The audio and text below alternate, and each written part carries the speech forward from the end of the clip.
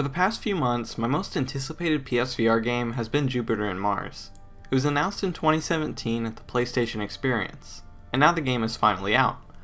So, is Jupiter and Mars any good? Jupiter and Mars is a game about two dolphins called Jupiter and Mars. The story is about the ocean in the future. Bad things happen, cities are now submerged, and mankind has disappeared. There are still so many machines harming the ocean, so it's up to Jupiter and Mars to help save the ocean. The story isn't anything mind-blowing, but it gives a good message.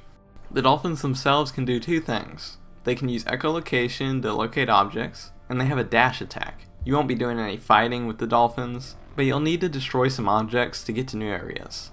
The dolphins get stronger as the game progresses though, and you'll be able to access new areas. This game is all about exploration.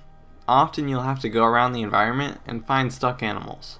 And other times you'll be avoiding technology waves left from the remains of mankind's creations. Occasionally you'll come across unique situations that I won't spoil here, which change up the gameplay a little. The areas themselves are varied and unique, but I only really enjoyed a few of them. I thought the first area was dull, and every section looked the same, which led to me going around in circles because I couldn't remember where I had and hadn't been, which ended up leaving a bad first impression on me. But as I continued to play, I found some enjoyment in it. I particularly like the darker sections of the game, where the lights underwater really come to life. But my biggest problem with the game is the gameplay itself.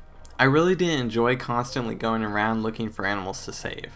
A lot of the areas just look the same, and I found it very hard and sometimes annoying to explore because of that reason. There are pebbles on the floor to help guide players, but I still found myself getting lost. It's really just a mixed bag for me.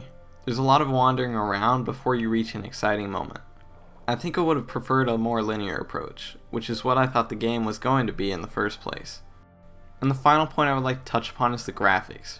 The textures themselves are detailed and the environments look great, but it's really blurry, kind of looked like a launch title. So overall, Jupiter and Mars is decent. It had some enjoyment to be found, but it was just too sparse for me.